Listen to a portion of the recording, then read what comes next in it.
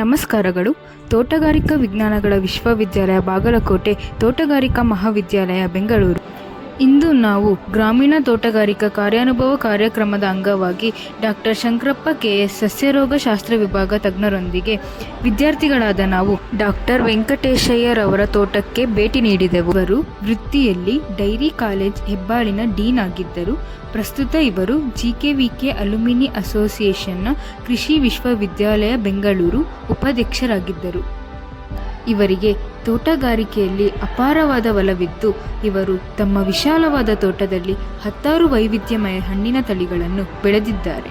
ಉತ್ತಮ ಇಳುವರಿ ನೀಡುವ ಮಾವು, ಸಿಹಿಯಾದ ಹಲಸು, ಗೋಡಂಬಿ, ದಾಳಿಂಬೆ, ಪಪಾಯ, ಚಕೋತ, ತೆಂಗು, ಕಬ್ಬು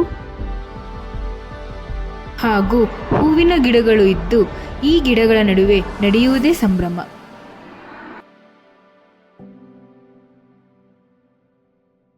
ಇಲ್ಲಿ ವಿದ್ಯಾರ್ಥಿಗಳಾದ ನಮಗೆ ಹೆಚ್ಚಿನ ಒಲವು ತೋರಿಸಿದರು. ಅವರ ತೋಟದ ಬಗ್ಗೆ ಮಾಹಿತಿ ಹಾಗೂ ಅನುಭವವನ್ನು ನಾವು ಪಡೆದುಕೊಂಡೆವು. ಈ ಕ್ಷೇತ್ರ ಭೇಟಿಯಿಂದ ನಮಗೆ ಸಂತೋಷದ ಜೊತೆ ಜ್ಞಾನವನ್ನು ಹೆಚ್ಚಿಸಿತು. ಧನ್ಯವಾದಗಳು.